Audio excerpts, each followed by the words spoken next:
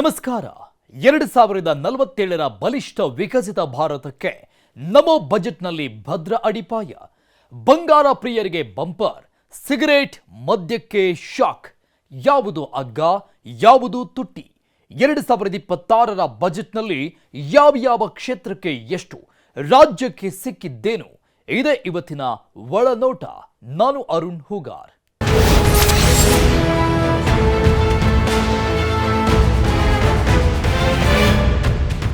ಹೊಸ ಲೆಕ್ಕ ಶುರುವಾಗಿದೆ. ಈವರೆಗೆ ಒಂದು ಲೆಕ್ಕ, ಇನ್ಮುಂದೆ ಶುರುವಾಗುವುದು ಬೇರೇನೇ ಲೆಕ್ಕ. ಈ ಹೊಸ ಲೆಕ್ಕದಲ್ಲಿ ಏನೇನಿದೆ ಗೊತ್ತಾ?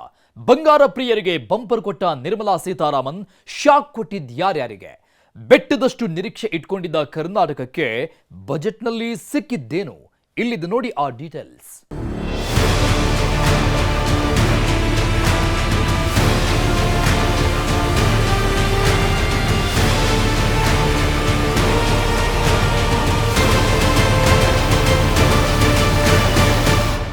ಹೊಸ ಲೆಕ್ಕ ಬಂತು, ಹೊಸ ಲೆಕ್ಕಾಚಾರ ಶುರುವಾಯಿತು. ಇದರ ಜೊತೆಗೆ ಹೊಸ ಭರವಸೆ, ಹೊಸ ವಿಶ್ವಾಸ, ಎಲ್ಲ ಹೊಸದು. ಇಂಥ ಹೊಸ ಬಜೆಟ್ ಮಂಡಿಸಿದ್ದಾರೆ ಕೇಂದ್ರ ಹಣಕಾಸು ಸಚಿವೆ ನಿರ್ಮಲಾ ಸೀತಾರಾಮನ್. ಈ ಬಜೆಟ್ ಅನ್ನು ಮಂಡಿಸೋದರ ಮೂಲಕ ಹೊಸ ಚೈತನ್ಯ ಮೂಡಿಸಿದ್ದಾರೆ. ಒಂದಷ್ಟು ನಿರೀಕ್ಷೆಗಳನ್ನು ತಲುಪೋ ಪ್ರಯತ್ನ ಮಾಡಿದ್ದಾರೆ. ಹೌದು, ಕೇಂದ್ರ ಬಜೆಟ್ ಅಂದ ಮೇಲೆ ಎಲ್ಲಾ ರಾಜ್ಯಗಳು ಕೆಲವೊಂದು ನಿರೀಕ್ಷೆಗಳನ್ನು ಇಟ್ಕೊಂಡಿರುತ್ತವೆ. ನಮ್ಮ ರಾಜ್ಯಕ್ಕೆ ಇಷ್ಟು ಪಾಲು ಇರಲೇಬೇಕು ಅಂತ ಒಂದು ಲಿಸ್ಟ್ ಕೊಟ್ಟಿರುತ್ತವೆ. ಎಲ್ಲ ರಾಜ್ಯಗಳ ನಿರೀಕ್ಷೆಗಳನ್ನು ರೀಚ್ ಮಾಡೋದು ಸುಲಭದ ಮಾತಲ್ಲ. ಆದರೂ ಬಜೆಟ್ ಗಾತ್ರಕ್ಕೆ ಅನುಗುಣವಾಗಿ, ಕೆಲವೊಂದು ಅನಿವಾರ್ಯತೆಗೆ ಅನುಸಾರವಾಗಿ ಎಲ್ಲಾ ರಾಜ್ಯಗಳನ್ನು ಸಮಾಧಾನಪಡಿಸುವ ಪ್ರಯತ್ನ ಮಾಡಿದ್ದಾರೆ ಕೇಂದ್ರ ಹಣಕಾಸು ಸಚಿವೆ ನಿರ್ಮಲಾ ಸೀತಾರಾಮನ್.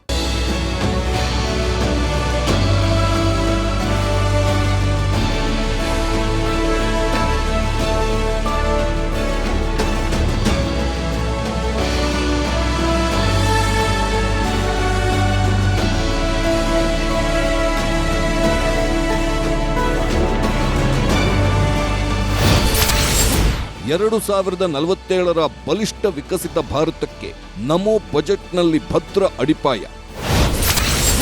ಔಷಧಿ ಅಗ್ಗ, ಸಿಗರೇಟ್ ತುಟ್ಟಿ. ಯಾವುದು ಅಗ್ಗ, ಯಾವುದು ತುಟ್ಟಿ? 2026ರ ಬಜೆಟ್ನಲ್ಲಿ ಯಾವ್ಯಾವ ಕ್ಷೇತ್ರಕ್ಕೆ ಎಷ್ಟು, ರಾಜ್ಯಕ್ಕೆ ಸಿಕ್ಕಿದ್ದೇನು? ವಿತ್ತ ಸಚಿವೆ ನಿರ್ಮಲಾ ಸೀತಾರಾಮನ್ ಅವರು ತಮ್ಮ 9ನೇ ಬಜೆಟ್ ಅನ್ನು ಮಂಡಿಸಿದ್ದಾರೆ. ವಿವಿಧ ವಲಯಗಳಿಗೆ ಭರ್ಪೂರ ಕೊಡುಗೆ ನೀಡಿದ್ದಾರೆ. ತಮ್ಮ ಭಾಷಣದಲ್ಲಿ ಯಾವ ವಲಯಕ್ಕೆ ಎಷ್ಟೆಷ್ಟು ಅನ್ನೋದನ್ನ ಘೋಷಣೆ ಮಾಡಿದ್ದಾರೆ. ಜನಪ್ರಿಯ ಘೋಷಣೆಗೆ ಆದ್ಯತೆ ನೀಡದ ನಿರ್ಮಲಾ ಸೀತಾರಾಮನ್ ಅವರ ಬಜೆಟ್ ದೂರದೃಷ್ಟಿಯ ಲೆಕ್ಕ ಹಾಕಿದೆ. ಹೌದು, ಬಲಿಷ್ಠ ಭಾರತದ ಕನಸಿಗೆ, ವಿಕಸಿತ ಭಾರತದ ಭರವಸೆ ಈಡೇರಿಸೋ ಕಾರಣಕ್ಕೆ ಪ್ರಧಾನಿ ಮೋದಿ ನೇತೃತ್ವದಲ್ಲಿ ನಿರ್ಮಲಾ ಸೀತಾರಾಮನ್ ಬೃಹತ್ ಬಜೆಟ್ ಮಂಡನೆ ಮಾಡಿದ್ದು. ಈ ಮೂಲಕ ಜಗತ್ತಿಗೆ ಭಾರತದ ಶಕ್ತಿ ಏನು ಅನ್ನೋದನ್ನ ತೋರಿಸಲಾಗಿದೆ. ಬರೋಬ್ಬರಿ 53.5 ಲಕ್ಷ ಕೋಟಿ ರೂಪಾಯಿ ಗಾತ್ರದ ಬೃಹತ್ ಬಜೆಟ್ ಮಂಡನೆಯಾಗಿದ್ದು, ನಿರ್ಮಲಾ ಸೀತಾರಾಮನ್ ಅವರು ತಮ್ಮ 9ನೇ ಬಜೆಟ್ ಮಂಡಿಸಿ ಹೊಸ ದಾಖಲೆಯನ್ನೇ ಇದೀಗ ಸೃಷ್ಟಿ ಮಾಡಿದ್ದಾರೆ. ಒಟ್ಟು 85 ನಿಮಿಷಗಳ ತಮ್ಮ ಬಜೆಟ್ ಭಾಷಣದಲ್ಲಿ ದೇಶದ 1 ವರ್ಷದ ಆರ್ಥಿಕ ಭವಿಷ್ಯ ನುಡಿದಿದ್ದಾರೆ ನಿರ್ಮಲಾ ಸೀತಾರಾಮನ್.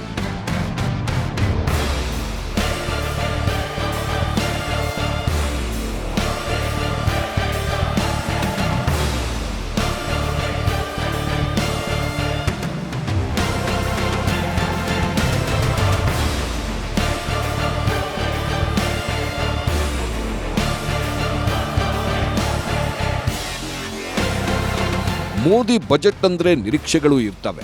ಆ ನಿರೀಕ್ಷೆಗಳು ಈಡೇರ್ತವಾ ಇಲ್ವಾ ಅನ್ನೋ ಕುತೂಹಲವೂ ಇರುತ್ತೆ.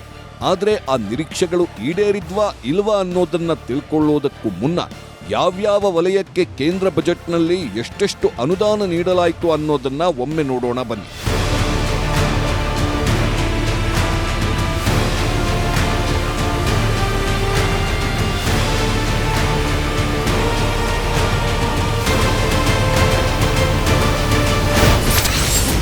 ಯಾವ ಕ್ಷೇತ್ರಕ್ಕೆ ಎಷ್ಟು? ರಕ್ಷಣಾ ವಲಯಕ್ಕೆ 7.8 ಲಕ್ಷ ಕೋಟಿ ರೂಪಾಯಿ, ಸಾರಿಗೆ ವಲಯಕ್ಕೆ 5.9 ಲಕ್ಷ ಕೋಟಿ ರೂಪಾಯಿ, ಗ್ರಾಮೀಣಾಭಿವೃದ್ಧಿಗೆ 2.7 ಲಕ್ಷ ಕೋಟಿ ರೂಪಾಯಿ, ಗೃಹ ಇಲಾಖೆಗೆ 2.5 ಲಕ್ಷ ಕೋಟಿ ರೂಪಾಯಿ, ಕೃಷಿ ವಲಯಕ್ಕೆ 1.6 ಲಕ್ಷ ಕೋಟಿ ರೂಪಾಯಿ, ಶಿಕ್ಷಣ ವಲಯಕ್ಕೆ 1.3 ಲಕ್ಷ ಕೋಟಿ ರೂಪಾಯಿ, ಇಂಧನ ಕ್ಷೇತ್ರಕ್ಕೆ 1,09,029 ಕೋಟಿ ರೂಪಾಯಿ, ಆರೋಗ್ಯ ಕ್ಷೇತ್ರಕ್ಕೆ 1,599 ಕೋಟಿ ರೂಪಾಯಿಗಳನ್ನ ಮೀಸಲಿಡಲಾಗಿದೆ. ಎಲ್ಲ ವಲಯಗಳಿಗೆ ಭರ್ಪೂರ ಘೋಷಣೆ ಮಾಡಲಾಗಿದೆ. ಇದರ ಜೊತೆಗೆ ಕೆಲವೊಂದು ನಿರ್ಧಾರಗಳನ್ನೂ ತೆಗೆದುಕೊಳ್ಳಲಾಗಿದೆ. ರಸ್ತೆ, ರೈಲ್ವೆ, ಮೆಟ್ರೋ, ಬಂದರು ಮತ್ತು ಸರಕು ಸಾಗಣೆಯನ್ನ ಇನ್ನಷ್ಟು ಉತ್ತಮಗೊಳಿಸಲು ಕ್ರಮ ಕೈಗೊಳ್ಳಲಾಗಿದೆ. ಹಲವು ಹೊಸ ಜಲಮಾರ್ಗಗಳು, ನಗರ ಮೂಲಸೌಕರ್ಯ ಉತ್ತೇಜನ ಕುರಿತು ಬಜೆಟ್ನಲ್ಲಿ ಪ್ರಸ್ತಾಪಿಸಲಾಗಿದೆ. ಇದರಲ್ಲಿ 2 ಹಾಗೂ 3ನೇ ಹಂತದ ಪಟ್ಟಣ ಪ್ರದೇಶಗಳನ್ನೂ ಒಳಗೊಳ್ಳುವ ಭರವಸೆ ನೀಡಲಾಗಿದೆ. ಪ್ರಯಾಣ ಸಮಯ ಕಡಿಮೆ ಮಾಡುವುದು, ಸರಕು ಸಾಗಣೆ ಸುಗಮವಾಗುವಂತೆ ಮತ್ತು ಪೂರಕ ಉದ್ಯೋಗ ಸೃಜಿಸುವ ಕ್ರಮವನ್ನೂ ಕೂಡ ಬಜೆಟ್ನಲ್ಲಿ ಪ್ರಸ್ತಾಪ ಮಾಡಲಾಗಿದೆ.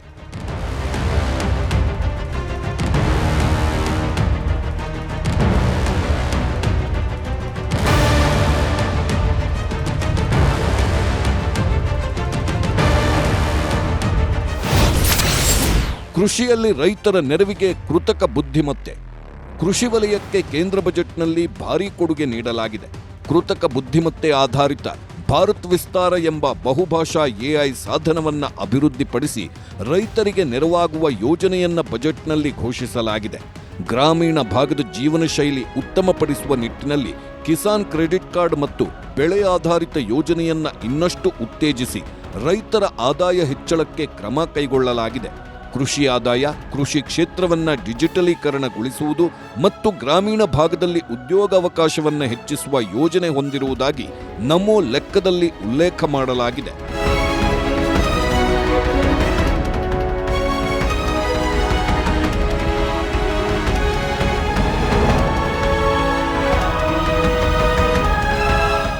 ಉನ್ನತ ಶಿಕ್ಷಣಕ್ಕೆ ಕೇಂದ್ರ ಬಜೆಟ್ನಲ್ಲಿ ಬಂಪರ್ ಘೋಷಣೆ ಮಾಡಲಾಗಿದೆ.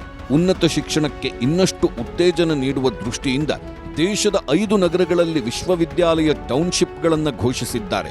ಆ ಮೂಲಕ ಶಿಕ್ಷಣ ಮತ್ತು ಕೌಶಲವೂ ಒಂದು ಕಡೆ ಸಿಗುವಂತೆ ಮಾಡುವ ಉದ್ದೇಶ ಹೊಂದಿರುವುದಾಗಿ ಬಜೆಟ್ನಲ್ಲಿ ಉಲ್ಲೇಖ ಮಾಡಲಾಗಿದೆ. ಕೃಷಿಯಲ್ಲಿ ತರೋ ಹಾಗೆ ಉನ್ನತ ಶಿಕ್ಷಣದಲ್ಲೂ ಕೃತಕ ಬುದ್ಧಿಮತ್ತೆಯನ್ನು ಒಳಗೊಂಡು ತಂತ್ರಜ್ಞಾನ ಆಧಾರಿತ ಕಲಿಕಾ ಪದ್ಧತಿಯನ್ನು ಉತ್ತೇಜಿಸುವುದಾಗಿ ಬಜೆಟ್ನಲ್ಲಿ ಪ್ರಸ್ತಾಪ ಮಾಡಲಾಗಿದೆ. ಗಾಂಧಿ ಹೆಸರಲ್ಲಿ ಗ್ರಾಮ್ ಸ್ವರಾಜ್ ಯೋಜನೆ ಜಾರಿ.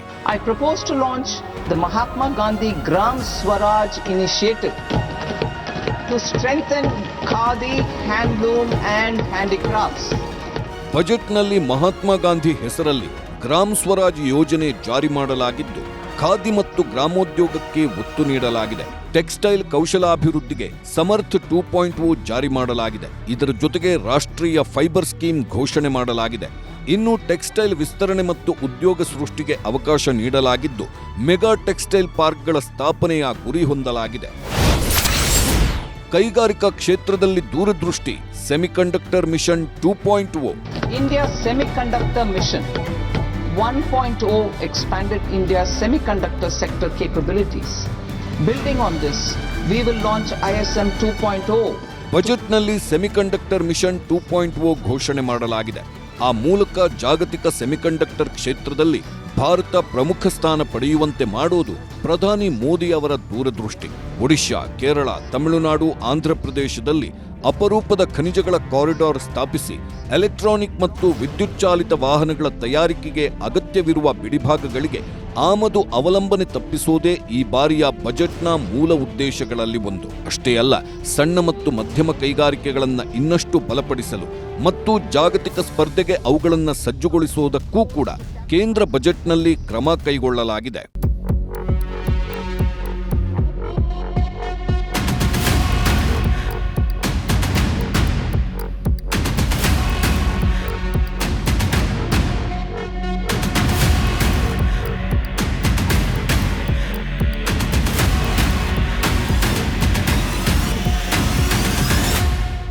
ನಗರಾಭಿವೃದ್ಧಿ, ವಸತಿ ಮತ್ತು ಮೂಲಸೌಕರ್ಯಗಳಿಗೆ ಸಂಬಂಧಿಸಿದಂತೆ ಹೆಚ್ಚಿನ ಅನುದಾನವನ್ನು ಬಜೆಟ್ನಲ್ಲಿ ನೀಡಲಾಗಿದೆ. ಉದ್ಯೋಗ ಸೃಜನೆಗಾಗಿ ಹಲವು ಯೋಜನೆಗಳು ಬಜೆಟ್ನಲ್ಲಿ ಘೋಷಣೆಯಾಗಿವೆ. ವಿಕಸಿತ ಭಾರತ್ ಯೋಜನೆಯ ಆಶಯದಂತೆ ಶಿಕ್ಷಣದಿಂದ ಉದ್ಯೋಗಕ್ಕೆ ಕೊಂಡಿ ಬೆಸೆಯುವ ಗೇಮಿಂಗ್, ಆನಿಮೇಷನ್ನಿಂದ ಹಿಡಿದು ಗ್ರಾಮೀಣ ಭಾಗದಲ್ಲಿ ಹೈನುಗಾರಿಕೆ ಮೂಲಕ ಉದ್ಯೋಗ ಸೃಜಿಸುವ ಯೋಜನೆಗಳನ್ನು ಬಜೆಟ್ನಲ್ಲಿ ಉಲ್ಲೇಖಿಸಲಾಗಿದೆ. ಇನ್ನೂ ಹಲವಾರು ಪ್ರಮುಖ ನಿರ್ಧಾರಗಳನ್ನು ತೆಗೆದುಕೊಳ್ಳಲಾಗಿದ್ದು, ಈ ಬಾರಿಯ ಬಜೆಟ್ನ ಹೈಲೈಟ್ಸ್ ಇಲ್ಲಿವೆ.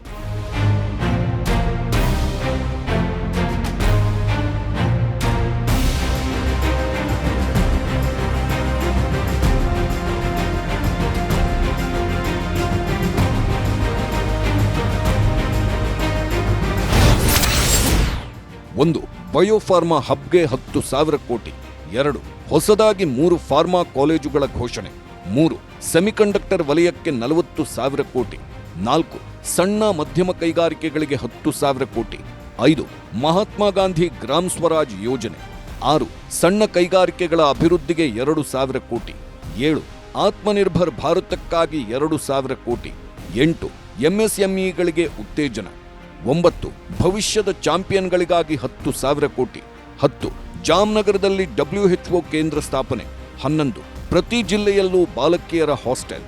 12, ಕ್ರೀಡಾಪಟುಗಳಿಗೆ ಖೇಲೋ ಇಂಡಿಯಾ ಮಿಷನ್. 13, ಗೋಡಂಬಿ, ತೆಂಗು, ಕೋಕೋ ಅಭಿವೃದ್ಧಿ. 14, ಎಐ ಮೂಲಕ ಕೃಷಿ ವಲಯ ಉನ್ನತೀಕರಣ. 15, ಗ್ರಾಮೀಣ ಮಹಿಳಾ ಉದ್ಯಮಿಗಳಿಗೆ ಶೀಮಾರ್ಟ್. 16, ಕೃಷಿ ಉತ್ತೇಜಿಸಲು 500 ಜಲಾಶಯ ನಿರ್ಮಾಣಕ್ಕೆ ಅನುದಾನ. 17, ಕ್ಯಾನ್ಸರ್ ಸಂಬಂಧಿತ 17 ಔಷಧಿಗಳ ಮೇಲೆ ರಿಯಾಯಿತಿ. 18, ದೇಶದಲ್ಲಿ 3 ಹೊಸ ಏಮ್ಸ್, 7 ರೈಲು ಕಾರಿಡಾರ್ಸ್. 19, ಒಡಿಶಾ, ಕೇರಳ, ಛತ್ತೀಸ್ಗಢದಲ್ಲಿ ಗಣಿಗಾರಿಕೆ ಕಾರಿಡಾರ್. 20, ಸಣ್ಣ ಮಧ್ಯಮ ಕೈಗಾರಿಕೆಗಳಿಗೆ 10,000 ಕೋಟಿ ಘೋಷಿಸಲಾಗಿದೆ. ಹೊಸ ತೆರಿಗೆ ಮತ್ತಷ್ಟು ಆಕರ್ಷಕಗೊಳಿಸಿದ ಬಜೆಟ್. ಕೇಂದ್ರ ಹಣಕಾಸು ಸಚಿವೆ ನಿರ್ಮಲಾ ಸೀತಾರಾಮನ್ 2026ರ ಬಜೆಟ್ನಲ್ಲಿ ಮಧ್ಯಮ ವರ್ಗದ ತೆರಿಗೆದಾರರನ್ನ ಗಮನದಲ್ಲಿಟ್ಟುಕೊಂಡು ಆದಾಯ ತೆರಿಗೆ ವ್ಯವಸ್ಥೆಯಲ್ಲಿ ಕೆಲವು ಮಹತ್ವದ ಬದಲಾವಣೆಗಳನ್ನು ಘೋಷಿಸಿದ್ದಾರೆ. ಹೊಸ ತೆರಿಗೆ ಪದ್ಧತಿಯನ್ನ ಮತ್ತಷ್ಟು ಆಕರ್ಷಕವಾಗಿಸಲು ಸರ್ಕಾರ ಮುಂದಾಗಿದೆ. ಆದರೆ ಕಳೆದ ವರ್ಷ ಘೋಷಣೆಯಾಗಿದ್ದ 12.75 ಲಕ್ಷ ರೂಪಾಯಿವರೆಗಿನ ಆದಾಯ ತೆರಿಗೆ ವಿನಾಯಿತಿಯನ್ನೇ ಮುಂದುವರಿಸಲಾಗಿದೆ. ಇದಕ್ಕಿಂತ ಹೆಚ್ಚಿನ ವಿನಾಯಿತಿಯನ್ನ ಕೊಟ್ಟಿಲ್ಲ. ಹೀಗಾಗಿ ಕಳೆದ ವರ್ಷದ ಆದಾಯ ತೆರಿಗೆ ವಿನಾಯಿತಿಯೇ ಈ ಬಾರಿಯೂ ಮುಂದುವರಿಯಲಿದೆ. ಈಗ ಜಗತ್ತಿನೆಲ್ಲೆಡೆ ಆರ್ಥಿಕ ಅನಿಶ್ಚಿತತೆ ಇದೆ. ಡೊನಾಲ್ಡ್ ಟ್ರಂಪ್ ಅವರ ತೆರಿಗೆ ನೀತಿಯಿಂದ ಭಾರತವೂ ಕೂಡ ಕೆಲವೊಂದು ದೃಢ ಮತ್ತು ಜಾಣತನದ ನಿರ್ಧಾರಗಳನ್ನು ತೆಗೆದುಕೊಳ್ಳಬೇಕಾದ ಅನಿವಾರ್ಯತೆ ಇದೆ. ನಿರ್ಮಲಾ ಸೀತಾರಾಮನ್ ಅವರ ನಿರ್ಧಾರದ ಹಿಂದೆ ಕೆಲವೊಂದು ಸೀಕ್ರೆಟ್ ಕೂಡ ಇದೆ.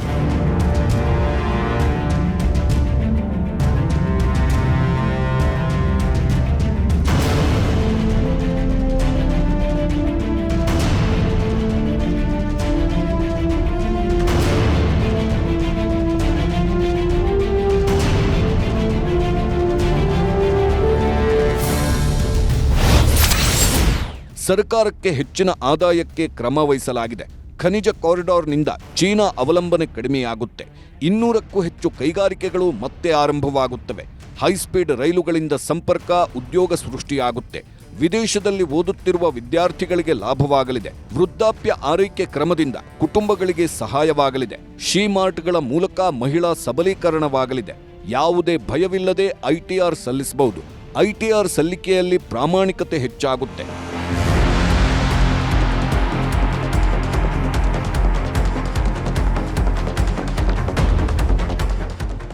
ಈಗಾಗಲೇ ವಂದೇ ಭಾರತ್ ಸ್ಲೀಪರ್ ರೈಲುಗಳು ಕಾರ್ಯಾಚರಣೆ ಆರಂಭಿಸಿವೆ. ಹೈಸ್ಪೀಡ್ ರೈಲ್ವೆ ಯೋಜನೆ ಘೋಷಣೆಯಾಗಿರೋದ್ರಿಂದ ಒಟ್ಟಾರೆ ರೈಲ್ವೆ ಮೂಲಸೌಕರ್ಯ ಅಭಿವೃದ್ಧಿಯಾಗಲಿದೆ. ಹೊಸ ರೈಲ್ವೆ ಯೋಜನೆ ಘೋಷಣೆಯಾಗಿರುವುದು ದೇಶದ ಜನರಲ್ಲಿ ಸಂತಸ ಮೂಡಿಸಿದೆ. ಇದರ ಜೊತೆಗೆ ಮುಂದಿನ 5 ವರ್ಷಗಳಲ್ಲಿ 20 ರಾಷ್ಟ್ರೀಯ ಜಲಮಾರ್ಗಗಳು ಪ್ರಾರಂಭವಾಗಲಿವೆ. ಪೂರ್ವ ಮತ್ತು ಪಶ್ಚಿಮ ನಡುವೆ ಸಂಪರ್ಕ ಕಲ್ಪಿಸಲು ಈ ಕಾರಿಡಾರ್ ಯೋಜನೆ ಅನುಕೂಲವಾಗಲಿದ್ದು, ಮುಂದಿನ 5 ವರ್ಷಗಳಲ್ಲಿ ಕಾರ್ಯಾರಂಭವಾಗಲಿವೆ. ಜಲಮಾರ್ಗಗಳ ನಿರ್ವಹಣೆಗಾಗಿ ತರಬೇತಿ ಕೇಂದ್ರವನ್ನೂ ಸಹ ಪ್ರಾರಂಭಿಸಲಾಗುವುದು ಅಂತ ಬಜೆಟ್ನಲ್ಲಿ ಉಲ್ಲೇಖಿಸಲಾಗಿದೆ. ಒಟ್ಟಿನಲ್ಲಿ ಎಲ್ಲ ವಲಯಗಳಿಗೆ ಕೊಡುಗೆ ನೀಡುವುದರ ಮೂಲಕ ಬಜೆಟ್ ಅನ್ನ ಬ್ಯಾಲೆನ್ಸ್ ಮಾಡಲಾಗಿದೆ. ಈ ಸಮತೋಲಿತ ಬಜೆಟ್ ಅನ್ನ ನೀಡಿರುವುದಕ್ಕೆ ಕೇಂದ್ರ ಸಚಿವೆ ನಿರ್ಮಲಾ ಸೀತಾರಾಮನ್ ಅವರನ್ನ ಪ್ರಧಾನಿ ಮೋದಿ ಶ್ಲಾಘಿಸಿದ್ದಾರೆ. ಇದೊಂದು ಉತ್ತಮ ಆಡಳಿತ, ಅಭಿವೃದ್ಧಿಗೆ ಪೂರಕ, ಸಮಾಜಮುಖಿ ಬಜೆಟ್ ಎಂದಿದ್ದಾರೆ ಪ್ರಧಾನಿ ಮೋದಿ. साथियों, इस बजट में मेक इन इंडिया और आत्मनिर्भर भारत अभियान को नई रफ्तार के लिए महत्वाकांक्षी रोड मैप प्रस्तुत किया गया है. इस बजट में नई उभरती इंडस्ट्रीज यानी सनराइज सेक्टर्स को जिस मजबूती के साथ समर्थन दिया गया है वह अभूतपूर्व है। ये करोड़ों देशवासियों का संकल्प है दुनिया के एक ट्रस्टेड डेमोक्रेटिक पार्टनर और ट्रस्टेड क्वालिटी सप्लायर के रूप में भारत की भूमिका लगातार बढ़ रही है। हाल में जो बड़ी बड़ी ट्रेड डील्स भारत ने की है, मदर ऑफ ऑल डील्स, उसका मैक्सिमम बेनिफिट भारत के युवाओं को मिले, भारत के लघु और मध्यम उद्योग वालों को मिले, इस दिशा में बजट में बड़े बड़े कदम उठाए गए हैं। साथियों, ये बजट भारत की वैश्विक भूमिका को नए सिरे से सशक्त करता है। ಬಜೆಟ್ ಅನ್ನ ಪ್ರಧಾನಿ ಮೋದಿ ಶ್ಲಾಘಿಸಿದ್ದಾರೆ. ವಿಕಸಿತ ಭಾರತದ ಗುರಿಯನ್ನ ಹೊಂದಿರೋ ಬಜೆಟ್ ಇದು ಅಂತ ಪ್ರಸ್ತಾಪ ಮಾಡಿದ್ದಾರೆ. ಬಿಜೆಪಿ ನಾಯಕರು ಕೂಡ ಇದೊಂದು ದೂರದೃಷ್ಟಿಯ ಬಜೆಟ್ ಅಂತ ಶ್ಲಾಘಿಸಿದ್ದಾರೆ.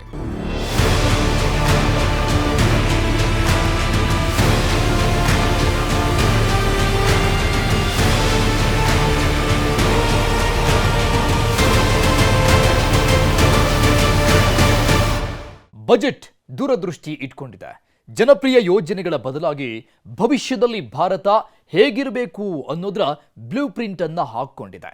ಆದರೂ ಭವಿಷ್ಯ ಮಾತ್ರವಲ್ಲದೆ ಪ್ರಸ್ತುತ ವರ್ಷದಲ್ಲೂ ಈ ಬಜೆಟ್ ಪರಿಣಾಮ ಬೀರಲಿದೆ. ಯಾಕಂದ್ರೆ ಈ ಬಜೆಟ್ ಕೆಲವೊಂದು ವಸ್ತುಗಳ ಬೆಲೆ ಏರಿಕೆ ಇಳಿಕೆಯನ್ನೂ ನಿರ್ಧರಿಸಿದೆ. ಇಷ್ಟಕ್ಕೂ ಈ ಬಜೆಟ್ನಿಂದ ಯಾವುದರ ಬೆಲೆ ಕಡಿಮೆಯಾಗುತ್ತೆ, ಯಾವುದರ ಬೆಲೆ ಹೆಚ್ಚಾಗುತ್ತೆ, ಈ ಬಜೆಟ್ನಲ್ಲಿ ಕರ್ನಾಟಕಕ್ಕೆ ಸಿಕ್ಕಿರೋದೇನು ಹೇಳ್ತೀವಿ ಸ್ಮಾಲ್ ಬ್ರೇಕ್ ಆದ್ಮೇಲೆ.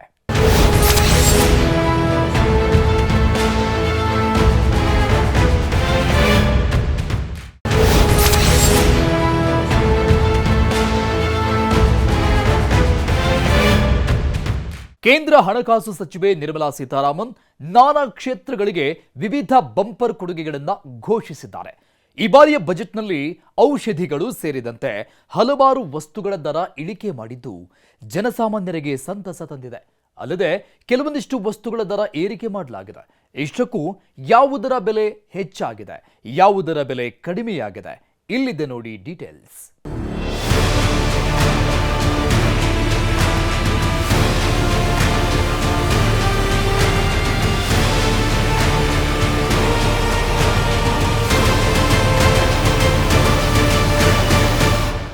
ಬಜೆಟ್ ಅಂದಾಕ್ಷಣ ಎಲ್ಲರ ಗಮನ ಹೋಗೋದು ಯಾವುದರ ಬೆಲೆ ಹೆಚ್ಚಾಗಿದೆ, ಯಾವುದರ ಬೆಲೆ ಕಡಿಮೆಯಾಗಿದೆ ಅನ್ನೋದರ ಮೇಲೆ.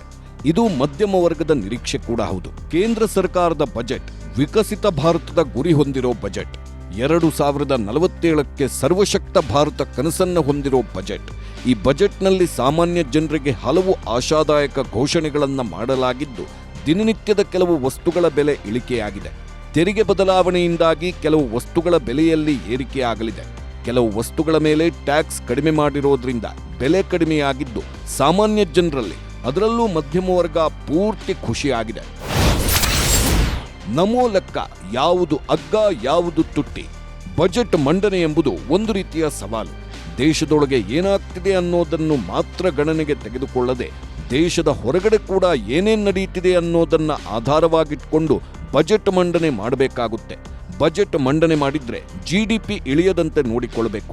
ಅಗತ್ಯ ವಸ್ತುಗಳ ಜೊತೆಗೆ ಚಿನ್ನ ಬೆಳ್ಳಿ ಬೆಲೆ ಏರಿಕೆಯೂ ಆಗದಂತೆ ಮುನ್ನೆಚ್ಚರಿಕೆ ವಹಿಸಬೇಕು. ಅಮೆರಿಕದ ತೆರಿಗೆ ನೀತಿಯಿಂದ ಉಂಟಾಗಿರುವ ಗೊಂದಲಕ್ಕೂ ಪರಿಹಾರ ನೀಡುವಂತಿರಬೇಕು. ಇಂಥ ಗಂಭೀರ ಸವಾಲುಗಳ ನಡುವೆಯೇ ನಿರ್ಮಲಾ ಸೀತಾರಾಮನ್ ಬಜೆಟ್ ಮಂಡಿಸಿದ್ದಾರೆ. ಯಾವುದೇ ಮೆಗಾ ಯೋಜನೆಗಳಿಲ್ಲದೆ, ತೆರಿಗೆ ವ್ಯವಸ್ಥೆಯಲ್ಲಿ ಯಾವುದೇ ದೊಡ್ಡ ಬದಲಾವಣೆ ಕೈಗೊಳ್ಳದೆ ನಮೋ ಲೆಕ್ಕವನ್ನ ಪ್ರಸ್ತಾಪ ಮಾಡಿದ್ದಾರೆ. ಕೆಲವೊಂದು ಟ್ಯಾಕ್ಸ್ ಮೇಲೆ ಹೆಚ್ಚು ಕಡಿಮೆ ಮಾಡಿರೋದ್ರಿಂದ ಅವುಗಳ ಬೆಲೆ ಕೂಡ ಏರಿಳಿತವಾಗಿದೆ. ಇಷ್ಟಕ್ಕೂ ಈ ಬಜೆಟ್ನಿಂದ ಏನೇನು ದುಬಾರಿಯಾಗುತ್ತೆ ಗೊತ್ತಾ? ಇಲ್ಲಿದೆ ನೋಡಿ.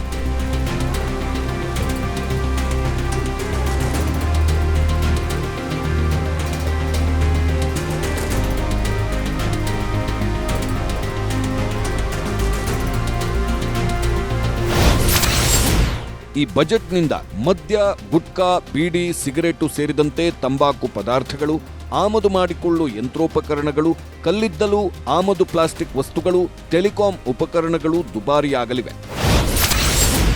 ಮತ್ತೊಂದು ಕಡೆ ಲೆದರ್ ಶೂ, ಸೆಣಬು, ಕ್ಯಾನ್ಸರ್ ಔಷಧಿ, ಮಧುಮೇಹ ಔಷಧಿ, ಕ್ರೀಡಾ ಉಪಕರಣಗಳು, ಮೈಕ್ರೋವೇವ್ ಓವನ್ಗಳು, ಸೌರ ಫಲಕಗಳು, ಇವಿ ಬ್ಯಾಟರಿಗಳು, ಸ್ಮಾರ್ಟ್ಫೋನ್ಗಳು, ಸೋಲಾರ್ ಬಿಡಿಭಾಗಗಳ ಬೆಲೆ ಕಡಿಮೆಯಾಗಲಿದೆ. ಕರ್ನಾಟಕ ಬಜೆಟ್ ಮೇಲೆ ಕೆಲವೊಂದು ನಿರೀಕ್ಷೆಗಳನ್ನ ಇಟ್ಕೊಂಡಿತ್ತು. ತೆರಿಗೆ ಪಾಲಲ್ಲಿ ಮೋಸವಾಗಿದ್ದು ಪರಿಹಾರ ಕೊಡಬೇಕು, ರಾಜ್ಯಕ್ಕೆ ಜಿಎಸ್ಟಿ ನಷ್ಟ ಪರಿಹಾರ ನೀಡಬೇಕು, ಭದ್ರಾ ಮೇಲ್ದಂಡೆ ಯೋಜನೆಗೆ ಬಾಕಿ ಹಣ ಬಿಡುಗಡೆ ಮಾಡಬೇಕು, ರಾಯಚೂರಲ್ಲಿ ಏಮ್ಸ್ ಸ್ಥಾಪನೆಗೆ ಮುಂದಾಗಬೇಕು, ಉಪನಗರ ರೈಲು ಮೂಲಕ ಸಂಚಾರ ದಟ್ಟಣೆ ನಿವಾರಿಸಲು ಕ್ರಮ ಕೈಗೊಳ್ಳಬೇಕು ಅನ್ನೋದರ ಜೊತೆಗೆ ಒಂದು ದೊಡ್ಡ ಲಿಸ್ಟನ್ನೇ ಕೇಂದ್ರ ಸರ್ಕಾರಕ್ಕೆ ಕೊಟ್ಟಿತ್ತು. ಆದರೆ ದೂರದೃಷ್ಟಿ ಯೋಜನೆಗಳಿಗೆ ಒತ್ತು ಕೊಟ್ಟಿರೋ ಕೇಂದ್ರ ಸರ್ಕಾರ ಕೆಲವೊಂದು ಯೋಜನೆಗಳನ್ನ ಕರ್ನಾಟಕಕ್ಕೆ ಘೋಷಣೆ ಮಾಡಿದೆ. ಕರ್ನಾಟಕಕ್ಕೆ ಈ ಬಜೆಟ್ನಿಂದ ಕೆಲವು ಪ್ರತ್ಯಕ್ಷ ಮತ್ತು ಕೆಲವು ಪರೋಕ್ಷ ಅನುಕೂಲಗಳಿವೆ. ಹೈದರಾಬಾದ್ ಚೆನ್ನೈಗೆ ಬೆಂಗಳೂರಿಂದ ಹೈಸ್ಪೀಡ್ ರೈಲು ಘೋಷಣೆ ಮಾಡಲಾಗಿದೆ. ಪ್ರಕೃತಿ ಆಧಾರಿತ ಪ್ರವಾಸೋದ್ಯಮ ಅಭಿವೃದ್ಧಿಪಡಿಸುವ ಯೋಜನೆ ಘೋಷಿಸಲಾಗಿದೆ. ಗಂಧದ ಮರಗಳ ಪುನರುಜ್ಜೀವನಕ್ಕೆ ವಿಶೇಷ ಯೋಜನೆ ತರಲಾಗಿದೆ. ಕೋಕೋ ಮತ್ತು ತೆಂಗು ಬೆಳೆಗಾರರಿಗೆ ಯೋಜನೆ ಉಲ್ಲೇಖಿಸಲಾಗಿದೆ. ಕರಾವಳಿ ಪ್ರದೇಶಗಳಲ್ಲಿ ಪರ್ವತಾರೋಹಣಕ್ಕೆ ಒತ್ತು ನೀಡಲಾಗುತ್ತೆ. ಎಲ್ಲ ರಾಜ್ಯಗಳಂತೆ ಕರ್ನಾಟಕಕ್ಕೂ 2 ಮತ್ತು 3ನೇ ಹಂತದ ನಗರಗಳಿಗೆ ಅನುದಾನ ಹಂಚಿಕೆಯಾಗಲಿದೆ. ಶೀಮಾರ್ಟ್ ಪ್ರತಿ ರಾಜ್ಯದಂತೆ ನಮಗೂ ಸಿಗಲಿದೆ. ಟೆಕ್ ಮತ್ತು ಫಾರ್ಮಾ ಹಬ್ಗಳಿಗೆ ಪರೋಕ್ಷ ಪ್ರಯೋಜನವಾಗಲಿದೆ.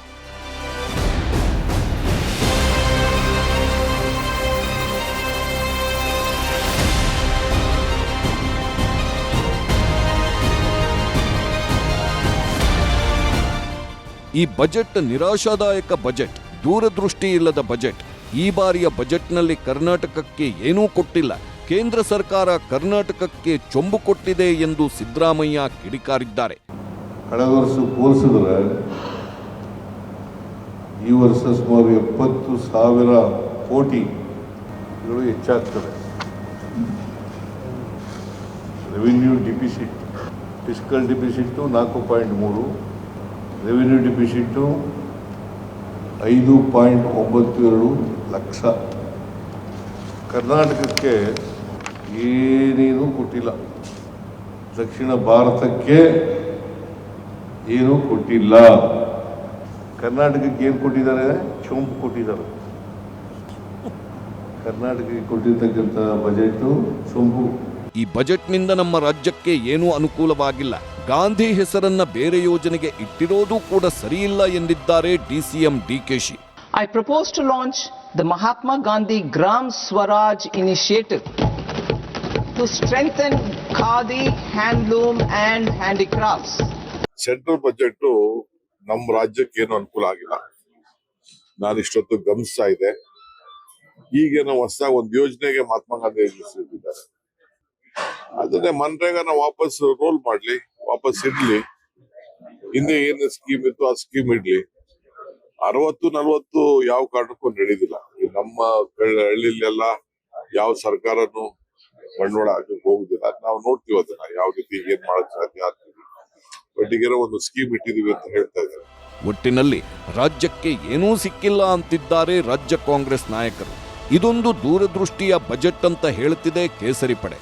ಈಗ ಇದೇ ವಿಚಾರ ವಿಶೇಷ ಅಧಿವೇಶನದಲ್ಲೂ ಸದ್ದು ಮಾಡುವ ಸಾಧ್ಯತೆ ಇದೆ.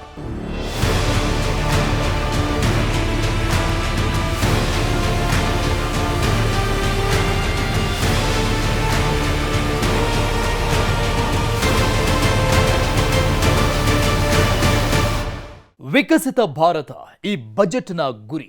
ಆದ್ದರಿಂದಲೇ ಜನಪ್ರಿಯ ಯೋಜನೆಗಳ ಕಡೆಗೆ ಗಮನ ಕೊಡೋದಕ್ಕಿಂತ ಭವಿಷ್ಯದಲ್ಲಿ ಭಾರತವನ್ನ ಬೆಳಗೋ ಯೋಜನೆಗಳಿಗೆ ಆದ್ಯತೆ ನೀಡಲಾಗಿದೆ. ಇದೇ ಇವತ್ತಿನ ವಿಶೇಷ. ನೋಡ್ತಾ ಇರಿ ನ್ಯೂಸ್ 18 ಕನ್ನಡ. ಜಾಲ ನಮ್ಮದು, ಬಲ ನಿಮ್ಮದು.